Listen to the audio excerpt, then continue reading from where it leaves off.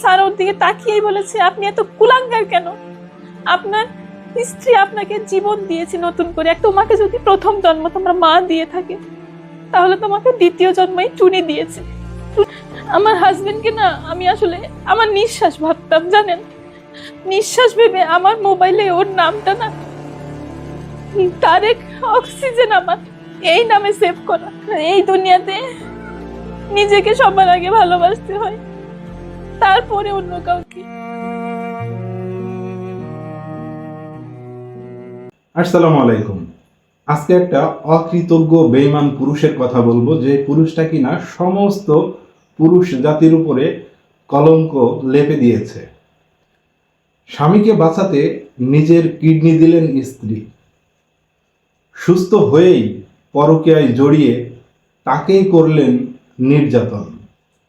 সাভারের মোহাম্মদ তারেককে বাঁচাতে নিজের কিডনি দেন স্ত্রী টুনি। 7 বছর পর সুস্থ হয়ে ওঠার পরে সেই তারেকই তার জীবন সঙ্গিনী টুনিকে মারধর করে বাড়ি থেকে বের করে দিয়েছেন। বর্তমানে সেই কুলাঙ্গার তারেক তিনি এক ডিভোর্সি নারীর সঙ্গে পরকীয়ায় জড়িয়ে সংসার করছেন। বিয়ের মাত্র 2 বছরের মাথায় টুনি জানতে পারে তার স্বামীর 2টি কিডনি অচল হয়ে গেছে। বাঁচাতে হলে তাকে নিয়মিত ডায়ালাসিস করতে হবে। এ সময় তাদের ঘর আলো করে এসেছে এক সন্তান।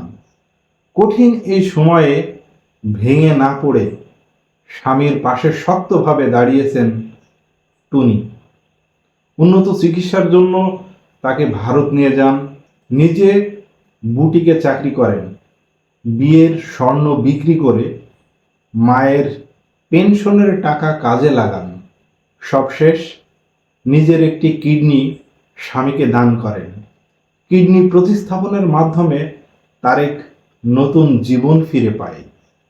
টুনি ভেবেছিল তাদের কষ্টের দিন শেষ হলো, কিন্তু সুস্থ হওয়ার পর তারেক বদলে যেতে থাকেন। একসময় জড়িয়ে পড়ে এক তালাকপ্রাপ্ত নারীর পরকীয়ায়। এরপর শুরু হয় টুনির উপরে নির্যাতন।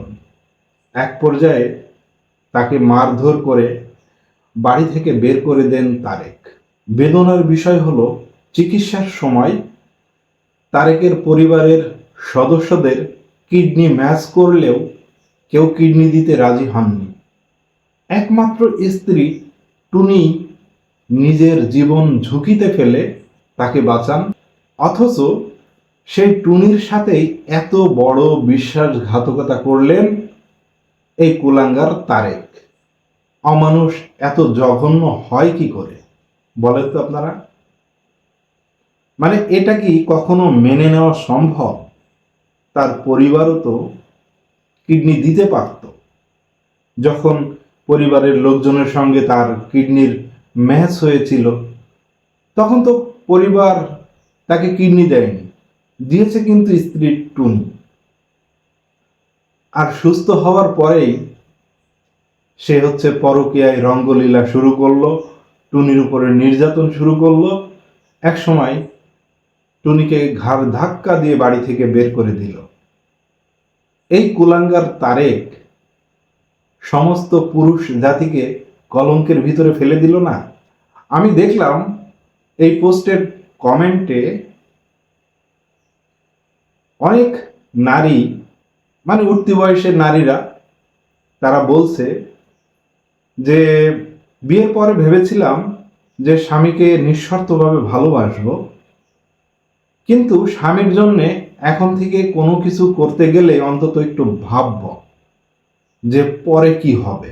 কারণ এই ঘটনাটা আমাদের চোখে আঙুল দিয়ে প্রমাণ করে দিল, পুরুষ স্বাবলম্বী হলে বা টাকা পয়সা হলে বা বেটার কোনো নারীকে পেলে পুরুষ সেই নারীতে আসক্ত হয়ে যায়। ঘরের নারীকে তখন আর ওই পুরুষের ভালো লাগে না। এইভাবে দেখলাম যে অনেক নারী রিয়েক্ট করছে। তাহলে আসলে এটা তো দুঃখের বিষয়, তাই না? আর এই টুনি মোটামুটি তারেকের থেকে তো সুন্দর দেখছি। তারেক তো শ্যামলা, কিন্তু এই টুনি তো সুন্দর। তারপরেও দেখেছেন এই পরকীয়া বিষাক্ত কতটা ভয়ঙ্কর, সংসার তছনছ করে ফেলে দিবে। তাই অন্তত এই পোস্টটি দেখে মানুষের একটু সচেতন হওয়া উচিত, একটু শিক্ষা হওয়া উচিত, যাতে করে যেই মানুষটা তার জন্য এত কিছু করলো, স্যাক্রিফাইস করলো, কিডনি দিল, তার দুঃসময়ে পাশে থাকলো, সেই মানুষটা অন্তত একটু ভালো রাখার চেষ্টা করা উচিত। সে যাতে সুখী হয় সেই ব্যবস্থা করা উচিত প্রত্যেকটা পুরুষের।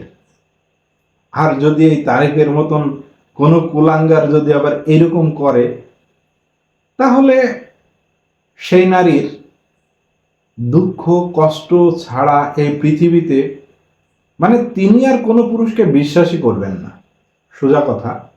আর এখন এই টুনির একটা কথাই মনে হওয়াটাই স্বাভাবিক, সেটা হচ্ছে এই নিমকহারাম তারেককে কি জন্য আমি কিডনি দিলাম?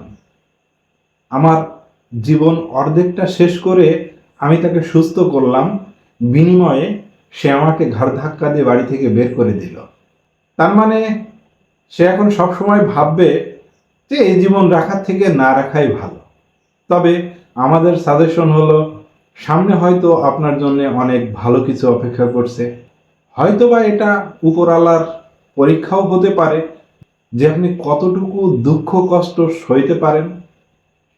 তাই সেসব কথা ভুলে যেয়ে নতুন করে শুরু করেন, এটাই হচ্ছে আপনার জন্য পরামর্শ। ভিডিওটি শেষ করলাম। ভিডিওটি ভালো লাগলে শেয়ার করবেন, অবশ্যই শেয়ার করবেন, কারণ এই ভিডিওটা দেখে মানুষ একটু সচেতন হবে, যাতে করে পরবর্তীতে এমন বিশ্বাসঘাতকতা আর কেউ না করে। ভিডিওটি ভালো লাগলে লাইক দিবেন, আর নতুন হলে চ্যানেলটি সাবস্ক্রাইব করতে ভুলবেন না। সবাই ভালো থাকবেন, সুস্থ থাকবেন। আসসালামু আলাইকুম।